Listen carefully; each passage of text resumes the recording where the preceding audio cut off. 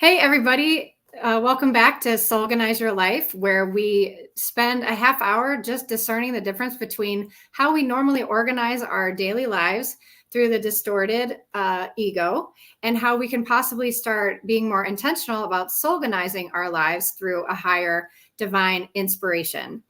The way to find those differences is to recognize the ego is always going to tell you that you're not enough, and the soul is going to love you unconditionally. It will be whispering to you and talking to you nicely, and the ego is going to be hammering you. It's going to be judging you. It's going to tell you to distrust life. It's going to tell you better get more achievements. It's going to tell you to get more possessions. And again, the soul is just going to be sitting there, saying, I don't need your vote. I don't need you to like me. I don't need you to join my membership group. Like, I just need you to take a breath and listen. So all we need to do first is to start to flush out the ego and its tendencies to cause us suffering.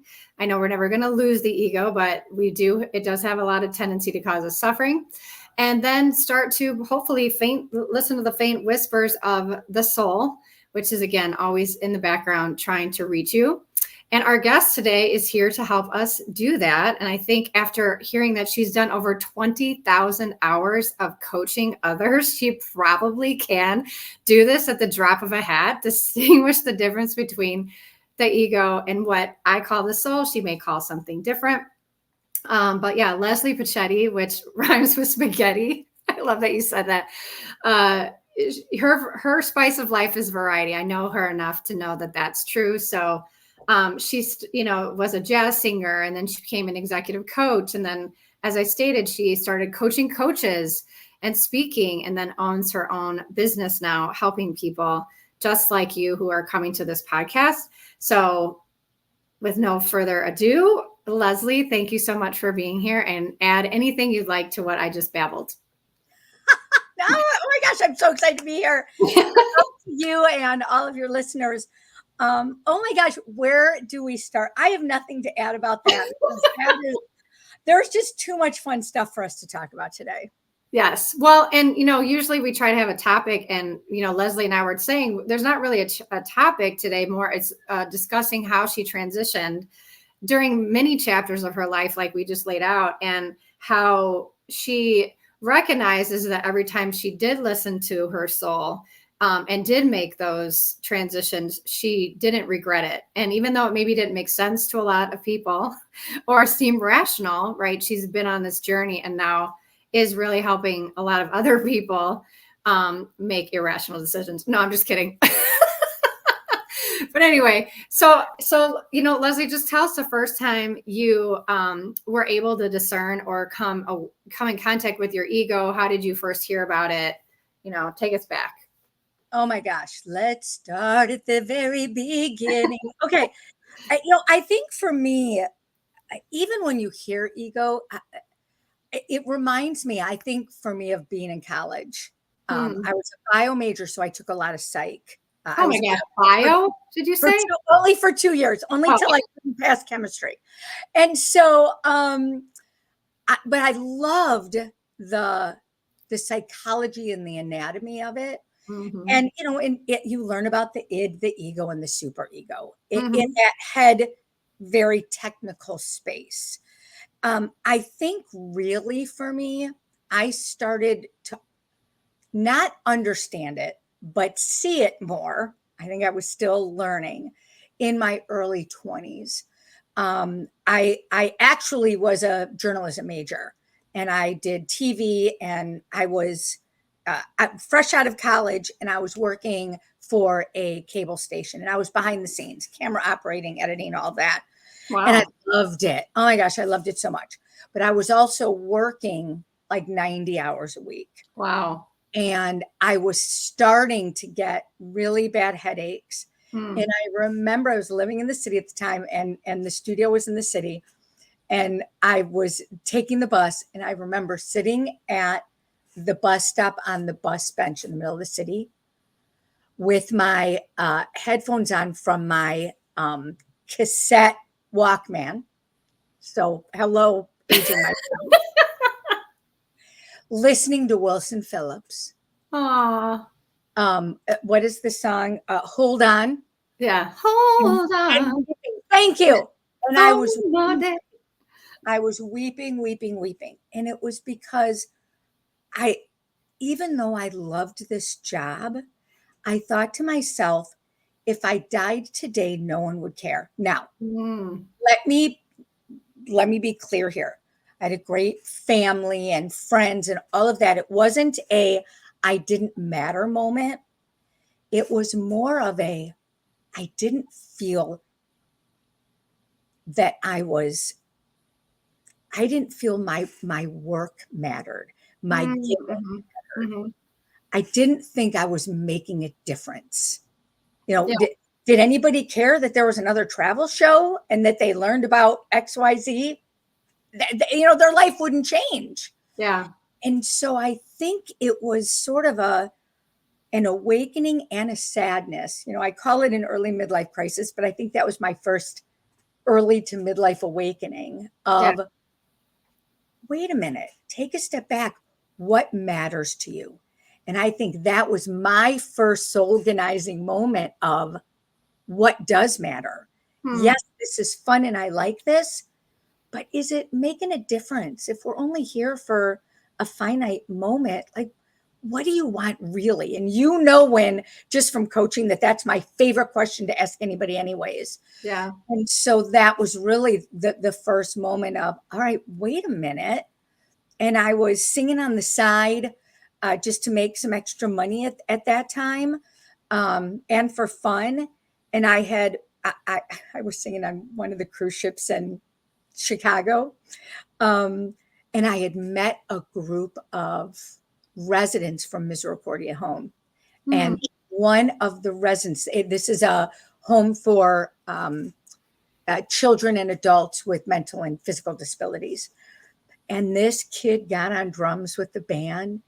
And I just sat there and I guess I'm a crier, is what you're going to get out of this. Weeping, watching this kid. And I thought, I want to work there. Hmm. I Wow. don't care what I do, but I want to work there. So after my bus bench Yeah. moment, I then thought, oh, how can I work there? And I literally stalked them and then began working because I had some PR background. So then I began working in their like PR and development. Office. Wow. Huge pay cut. I was starting at the very bottom. I didn't care. Yeah. So I think soul organizing is also, in listening to your soul, is giving yourself permission. I feel like this word sometimes is overused, but I don't know what else to use. But to be more aligned with who you really are. Hmm. That's our soul. So, so going back to that moment on the bench, right? Like, I really want to help as people listening who are grappling with their ego or identifying it, right? Is really going back to say, okay, the ego was causing me suffering. It was directing my behavior, right? You said 90 hours a week.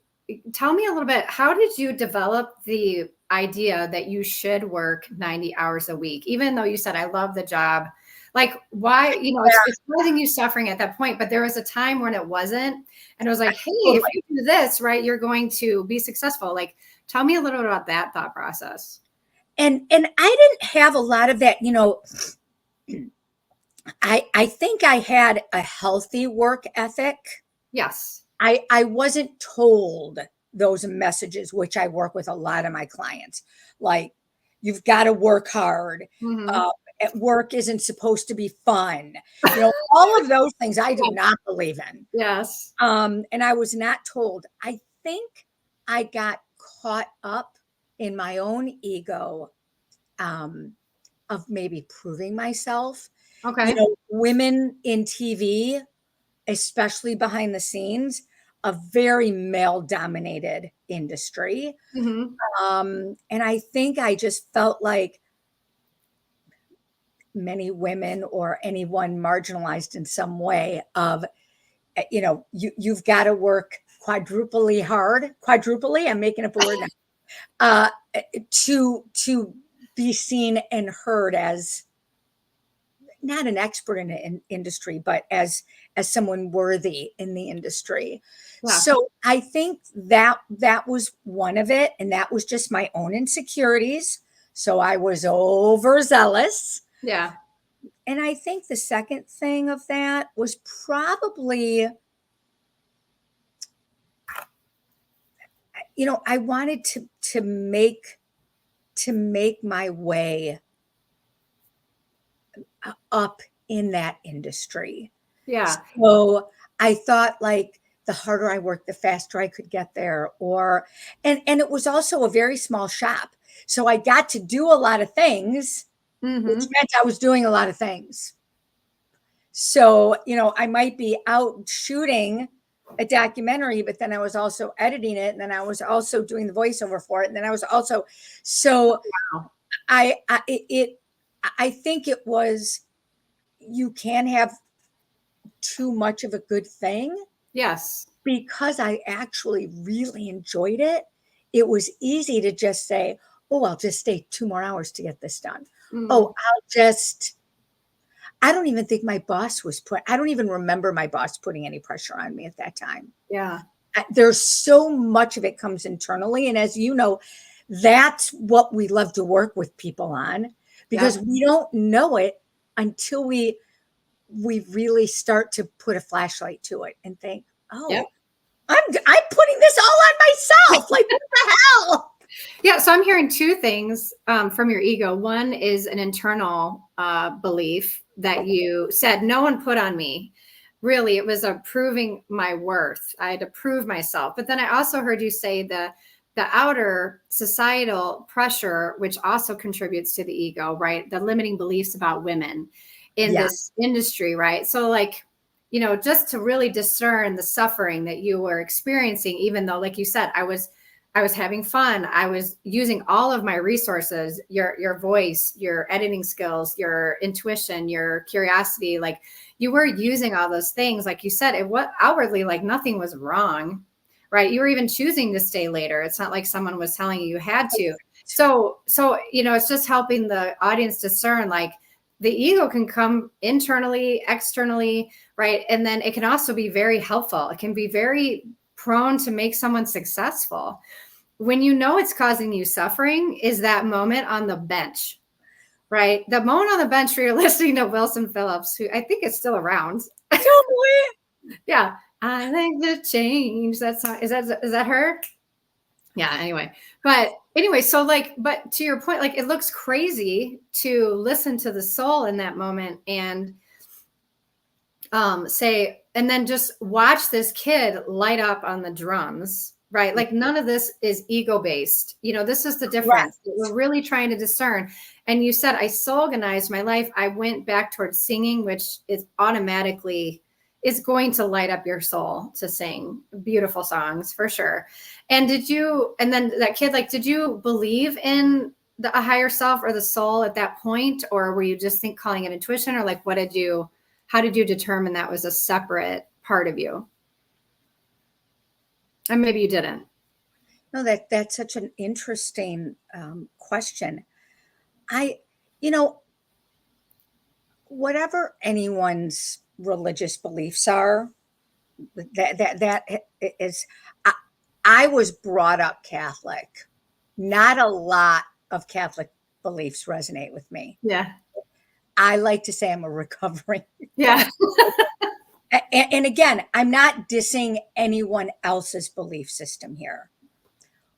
I do, however, challenge when someone else's beliefs, or in my mind, I do believe that religion is man made. And so now that's limiting me in some way on who I am, depending on my beliefs, right? Mm-hmm. So, however, all of that being said, I do believe in the universe, in a higher power, in my higher self.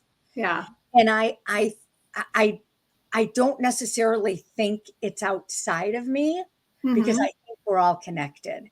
Yeah. So I think it's all of us. We're just at different levels of the journey. And so, was it the moment on the park bench? I think oftentimes the universe, God, whoever you believe in, yourself, excuse me, is gives us little clues throughout. And for me, I think the universe has taught me that I'm a slow learner. You know, you hear the whispers of, you call it your soul, your intuition, your higher power, whatever word resonates with you. But it becomes like a little gnat, right? This isn't really working for you, and you shoo it away Mm-hmm. because you're on this path. You're so focused, you're doing life, and you're not stopping to ask yourself some of the really important questions. So Mm-hmm. we're just moving forward.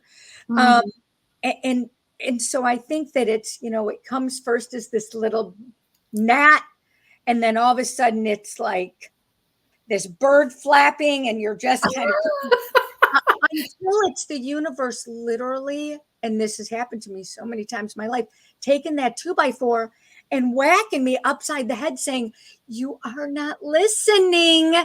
Right. So if you're not listening, then I almost have to make things worse for you Yes. so that you will listen. And Yes. I'm using air quotes with that worse because Yeah. that's a judgment. But I think that that's the universe saying, okay, we've given you all of these clues. And obviously, you are a slow learner. So we are going to whack you upside the head. And And so so I I, think I would intentional say, was whacking. so I would say what to like, I feel like this is such a relevant part to a lot of people's journeys, including my own. Like you said, at first you don't stop to ask because a lot of people don't even believe that they have the ability to ask, that they have a higher power, or if they do, it goes through the church minister and he's going to tell me, right? And so to your point, like I think that's why the ego has the tendency to cause us so much suffering, not because it wants to, but because we don't know to listen otherwise, to your point. And so on the park bench, right, you're sobbing, you're like, oh my God, what the heck? And then over time, I know you've had so many other pivots. Do you believe that you now stop and listen more and quicker, right, to each? Sorry, this is a trick question for you. It's so good. I mean, like, are you stopping and listening more often? Like, are all your pivots during times of intense suffering? Are you getting to be a better learner? Are you, where are you at Yeah, here? No. great questions. Okay. So, for me,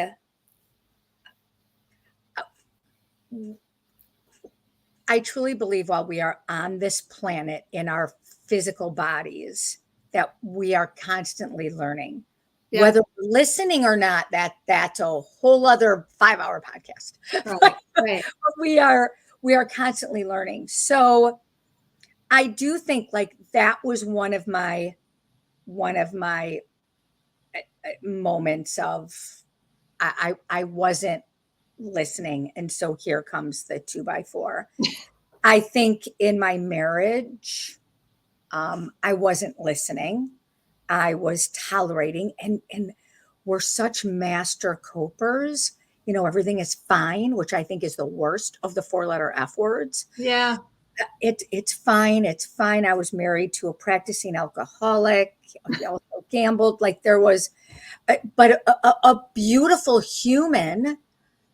But again, that outside of, oh my gosh, he's an alcoholic. Would you leave him if he had cancer? It's a disease. Mhm. So all of that, the outside of feeling judged by people if I ended the marriage, the internal fear of, oh my gosh, he's gotten us into so much debt and me alone into so much debt. I won't be able to make it on my Mm. own. I was working in not for profit at the time, so there's no profit. Yeah. And so that's where the ego was keeping me in a situation that absolutely wasn't serving me. Now, I work with my clients on also changing perspective in that moment. Mhm. So there's a lot deeper stuff there. But it just as the high level overview, that was one of the moments of then, the universe then all of a sudden had me super attracted and tied to a woman. And I was Mhm. like, what's happening right now? Like, and so I really was thinking, well, the universe was giving me all these reasons to get out of my marriage. Then now that was really a shakeup.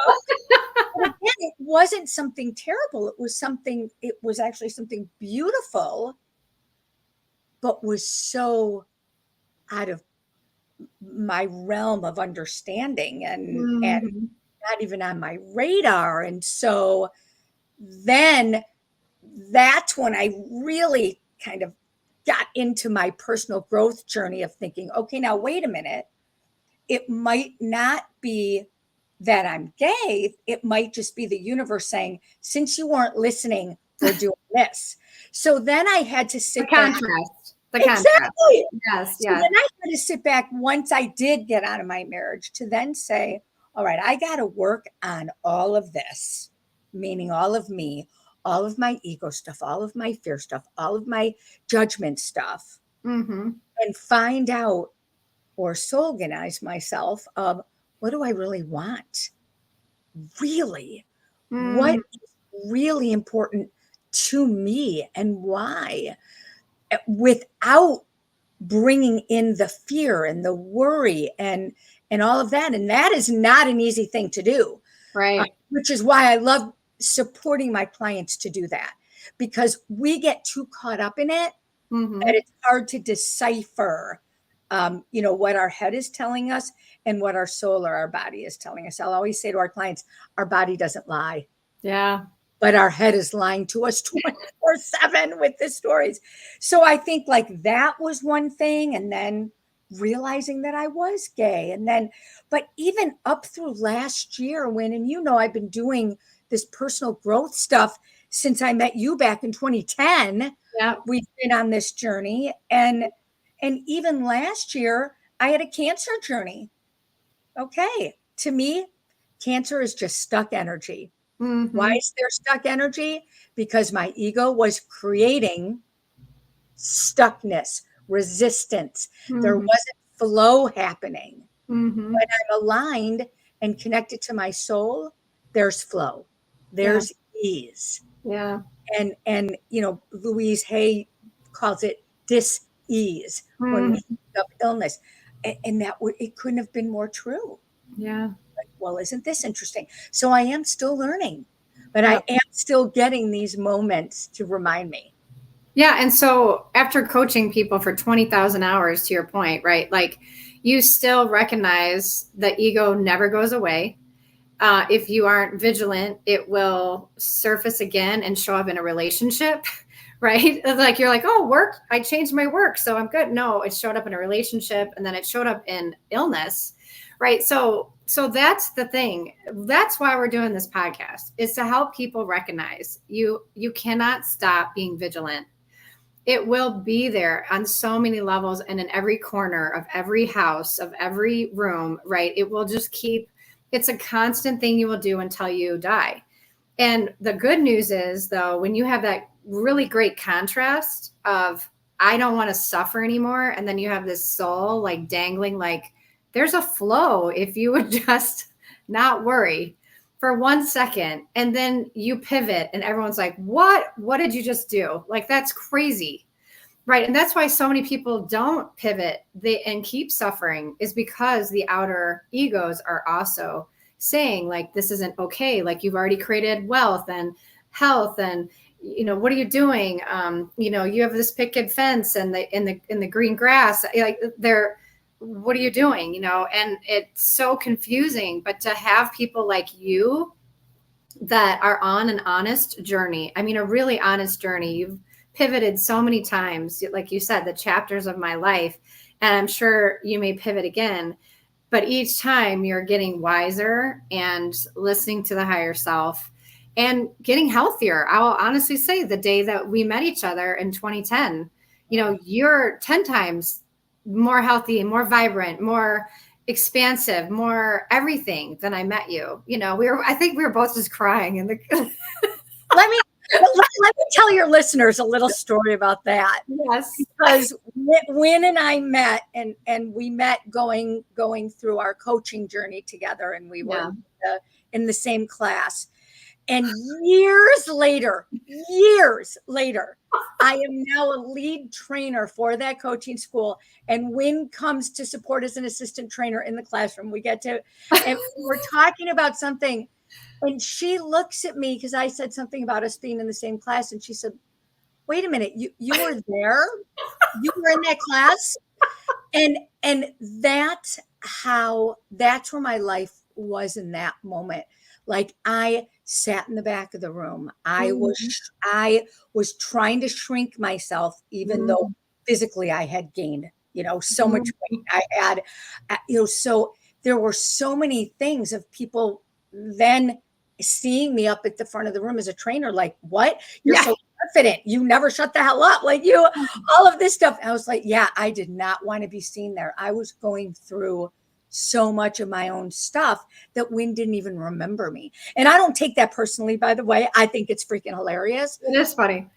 Back in 2010, I might have taken that personally because my ego was so much more robust at the time. Well, and that's the thing, right? Is like when we're both, I was in my ego 1,000% and head down, just thinking about myself. What am I going to get out of this? And going through it and having, that all be sort of flushed to the surface, not that it was dealt with, but flushed to the surface. And to your point, like once I became an assistant trainer, you can't not notice who you are in the room. Like I went from not even remembering you. And those are pretty personal rooms. We were all in personal space, right? To being in a room where there's no way anyone could not feel you, feel your consciousness, feel your expansion, like see your absolute joy. Like that to me is the point of starting to Soulganize your life, because of the monumental difference that you make in other people's lives now. You know what I'm saying? Like every time I sat in a room with you at an IPEC and you were training, I gained so much energy from you versus the first time I met you. I didn't even know you were in the room, so that speaks to me to the journey is so worth it to recognize your ego. And the hard thing is if you recognize your ego and you don't know that you have another choice to go towards your higher self, that would be worse. To think all I have is this ego and, oh, it sucks. Like, forget it. I'm out of here. Like, that would be way worse. So no, the truth is you have so much more consciousness and ability to expand and go into different chapters of your life and be able to look back on your deathbed and say, oh, it all makes sense now, and you're having so much more fun. Have any regrets? Because you as much as some of those, like a lot of my friendships changed in some way because they no longer served me. No harm, no foul on anyone. You just saw sort of what brought people together, and who was in my life at that time is very different than who is in my life at this time. Yeah. But I also want to say to your listeners, it doesn't always, even though Win's seeing me this huge difference over the last, 23 years that we've known each other, almost to the day, to next month. Other people outside of that IPEC class did see my joy and my vibrancy. I mean, I toured the world as a jazz vocalist and band leader. I was on stage. I was being seen. I was using my voice. So we want to make sure that it's not necessarily an all-encompassing. There were many areas of my life where I was super aligned, and that's where I flourished. And then there were areas that I was not, and that's where there was the pain and suffering. And then there were those moments of, like, I cried when I first met you and we were going through our stuff, mostly not because I was sad or scared, because I was seeing hope. Wow. Years of hope for me. Like, wow, I could get out of this debt. I could be okay making another change. I could be that. They were really my tears of hope. So I want to make sure that, sometimes people are like, oh, well, coaching is when I'm at my rock bottom. Certainly it can be. And I've worked with a lot of people there. But coaching is also just that moment of, you know what? It just feels off and I can't identify it. Mm-hmm. Or it might be, I am in this job and I wake up and I just think, oh, I can't believe I have to spend my day here. Yeah. I still do it because I, am making money and I want to be able to support my family, whatever it might be. But then it's okay. Well, wait a minute. Let's get to what you really want. It might not even being a job change. It might just be a perspective change. Mm. Yeah. And so when you are coaching people, is there, I guess, what are your favorite types of clients or groups, or is anybody open to working with you? Again, you know me about my variety. Because I always say my niche isn't, who I coach, it's how I coach. Right, right. And I go deep and I get real. So that's how I coach. So, I work a lot in companies. I've worked in Fortune 100, Fortune 500, not for profit, mid-size, family owned. I work with a lot of leaders on just how to get their ego out of their way so they can be a more engaging and inspiring and fun leader. How to get their people to be more productive and engaged. And also, right now, my favorite client is an 18-year-old male who lives in Florida and who had had an injury to his elbow and then his wrist, and he's a baseball player. So he just was living in like, well, this sucks because everything I was working for has been taken away from me. Yeah. And now, he's totally thriving. So it really, it just depends on what the person wants. But really all we want is to feel joy. Yeah. To Amen to that. is to feel seen and heard. And so that's who I work with, whatever that means to them. And so you will work with companies, you'll work with individuals that reach out to you. It doesn't matter. Yeah. Yeah. Okay. Well, again, thank you so much for being here. I really appreciate your honesty about, some of those twists and turns and, how the ego causes a lot of suffering, but how every time you have Soulganized your life, you've not regretted it. Never, ever, ever. And that would be a judgment anyways. It's really, life is just a big freaking experiment. We're all just kind of doing the best we can with what we have. Yes. And with coaching, all we do is we kind of reorganize it for it to really align and work for you. Like you said, all of these internal and external stuff that's just getting in the way. Get out of your own way. Yes. And you're this fun all the time, I bet, in all your sessions. I meet my clients where they are. It wouldn't be appropriate if someone was having a breakdown. All right. So how do people find you outside of this podcast? Call me. How do they find me? They can go to my website, which has not been updated. There was my ego right there, feeling judged by my website at inspireblisscoaching.com. Inspire, just because I want to support people to feel and get inspired. Bliss, because I want people to feel joy. .com. And that's where they can find me, or on LinkedIn. And it's Leslie Picchetti, Picchetti. It took me a long time to learn as a kid. It's a lot of consonants. Yes, Picchetti. I like spaghetti. I like that. Picchetti likes spaghetti. Well, if we were in the homeland, it would really be Picchetti. So Picchetti. Yeah. Picchetti. Okay, I got it. Exactly. All right. And Well, we'll put that in the notes and stuff too, how to find you. But again, thank you so much for being here. oh my gosh, Wynn, it's so great to see you. And it's so fun to know all the ways that you have soulganized your life. And it's been such an inspiration to watch. So thank you for having me on. So much fun. All right. Thanks and have a great rest of your day. You too.